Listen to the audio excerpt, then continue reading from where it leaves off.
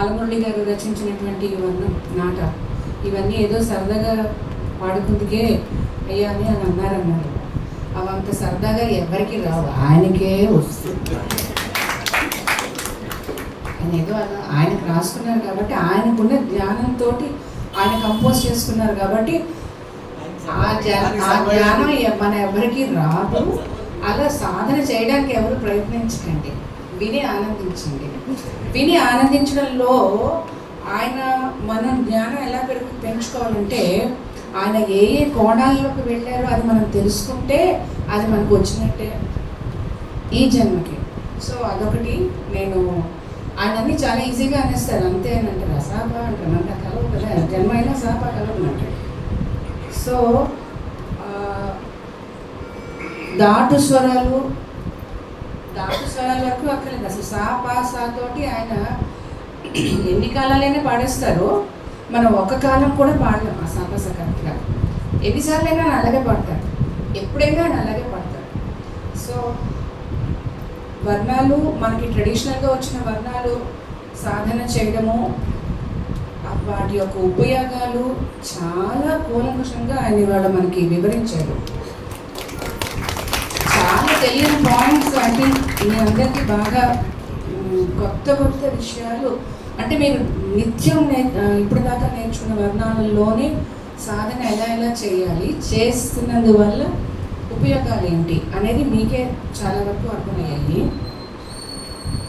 వర్ణాల వరకు రాలేదండి. నేను సరళీలు అలంకారాలు మాత్రం సంకీర్ణ జాతి ఒక్కటి వదిలేసి మిగతా 4 జాతుల్లో మొత్తం మా పిల్లకాయలకి అందరికీ రోజు అది కొత్తగా జాయిన్ అయిన వాళ్ళు అయినా సరే నెంబర్స్ చెప్పిస్తాను. ముందర సరళీలు బాగా వచ్చేసాయంటే అలంకారాలు.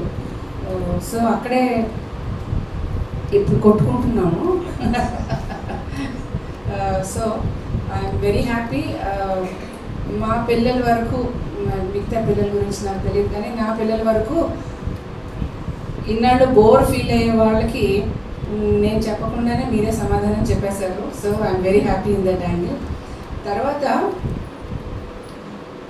సాహిత్యం, దాని యొక్క మనం ఎట్లాగా పలకాలి, అక్షరాలు దగ్గర నుంచి వచ్చాయి. అంత మీ అంత కాకపోయినా ఏదో కొంచెం చేసిన దీని పరిమితితోనే నేను చాలా పెద్ద తప్పు చేశాను. దానికి మీరు అందరూ కూడా, ఇవాళ ఇక్కడ ఉన్న సంగీతజ్ఞులు అందరూ, మీరు నన్ను క్షమించాలి.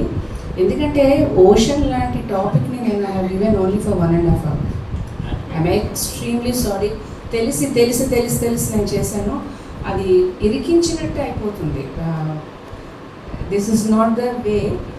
సో ఆ తప్పుని నేను సరిదిద్దుకోవాలి అని ఎలా అనుకుంటున్నానంటే, మీరు ఇందాక చెప్పినటువంటి అంశాలలో మీరు రచించినటువంటి ఆ శృతి రంజని, ఆ రాగాలలో వర్ణాలు, నెక్స్ట్ పెద్దలు కంపోజ్ చేసినటువంటి 72 మేల్కత్ రాగాలలో వర్ణాలు మీరు వర్క్షాప్గా పెట్టి మొత్తం అందరి పిల్లలకి మీరు చెప్పాలనేది నేను మనసారా కోరుకుంటున్నాను.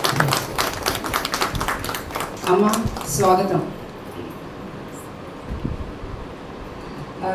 సో త్వరలోనే ఐ థింక్ దీనికి మీ అందరూ ఎవరైతే విద్యార్థులు అనుకుంటున్నారో వారందరూ వచ్చి ఈ నా ప్రపోజల్కి మీ అందరికీ ఇష్టమని అనుకుంటున్నాను. సో మీరు తప్పకుండా వచ్చి ఆ రేర్ రాగాస్ వర్ణాస్ అని చెప్తే, నెక్స్ట్ ఇంకోటి ఏంటంటే, అప్పుడు వాళ్ళు కంపోజ్ చేసినటువంటి వర్ణాలు మన సాధన చేస్తే, ఇన్ని రకాలుగా మనకి చేస్తే శాస్త్రం బాగా వస్తుంది. ఇప్పుడు జనరేషన్ కంపోజ్ చేసినటువంటి వర్ణాలలో మనకి అందం కూడా చేకూర్చడం అనేది మనకి బాగా వస్తుంది. ఇందాక అన్నారు కదా, వలజి ఇలాంటి వరము, ఇలాంటి రాగాల వర్ణాలు మన లాలుడి గారు ఎక్కువ చేసేసారు.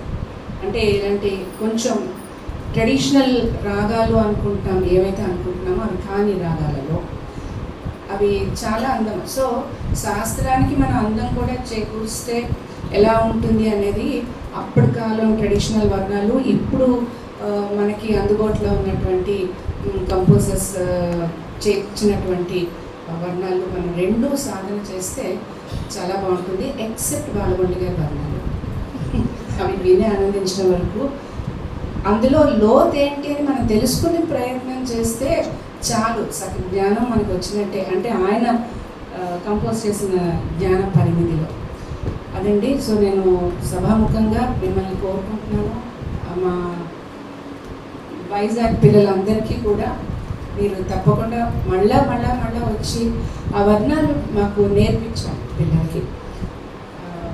సో ఇప్పుడు కాలం చాలా ఎక్కువే అయింది, కానీ మీ కాన్సెప్ట్ కోసం చాలామంది వెయిట్ చేస్తున్నారు. సో కచేరీని ప్రారంభించాల్సిందిగా కోరుతూ, ఈనాటి కచేరీకి మనకి వైలెన్ పై శ్రీ హెచ్ రామ్ చరణ్ గారు, వారు అంతే, నేను ఇలా ఫోన్ చేశాను ఎస్ అన్నారు and within more time. So వారికి మరొకసారి ధన్యవాదాలు చెప్పుకుంటూ తెలియజేసుకుంటూ వేదికపైకి రావాల్సిందిగా కోరుతున్నాము. అలాగే ఇవాటి మన సుధాకర్ గారికి మృదంగంపై సహకరిస్తున్నటువంటి శ్రీ డి ధర్మారావు గారిని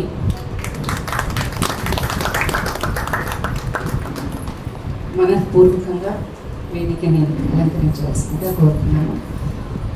మీరు ఇవాళ వర్ణం మీద చెప్పారు కాబట్టి మీరు కంపోజ్ చేసిన వర్ణం అయినా సరే, బాలమురళి గారు కంపోజ్ చేసిన వర్ణం అయినా, మీరు చేసిందైతే అంటే బాలమురళి గారి మ్యాక్సిమం యూట్యూబ్లో ఉన్నాయి. సో మీరు చేసింది తో కచేరీ స్టార్ట్ చేస్తే ఐ థింక్ బాగుంటుందని. ఇంకా విషయాలు మర్చిపోయాను ఇందాక చెప్పడం. ఇప్పుడు వర్ణాల్లో ప్యాటర్న్స్ కరెక్ట్గా వెళ్తుంటాయి కదా, దాన్ని అన్నిటిగా మార్చి ఇప్పుడు దాని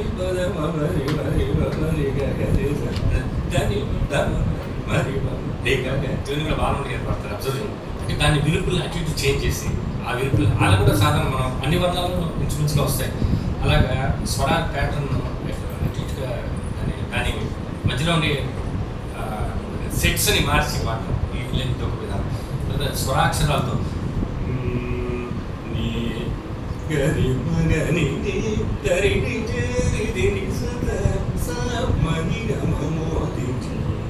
అని ఒక వర్ణంలో చరణం చేశారు ఆయన. నీ గరి మగని నీ దరిని. మళ్ళీ చూడండి, స్వరం పాడుతుంటే సాహిత్యం వెళ్ళదు, స్వరం మీదకి వెళ్తుంది. అది స్వరం మీదకి వెళ్ళకుండా సాహిత్యాన్ని కూడా తెలిసేట్టుగా జనాలకు తీసుకెళ్తూ దాని విలుపులే. నీ గరి మగని నీ దరిని చేరితిని సదసమని గమమోదిని. ఇలాంటి ప్రయోగాలన్నీ ఆయన వర్ణాల్లో చేశారు.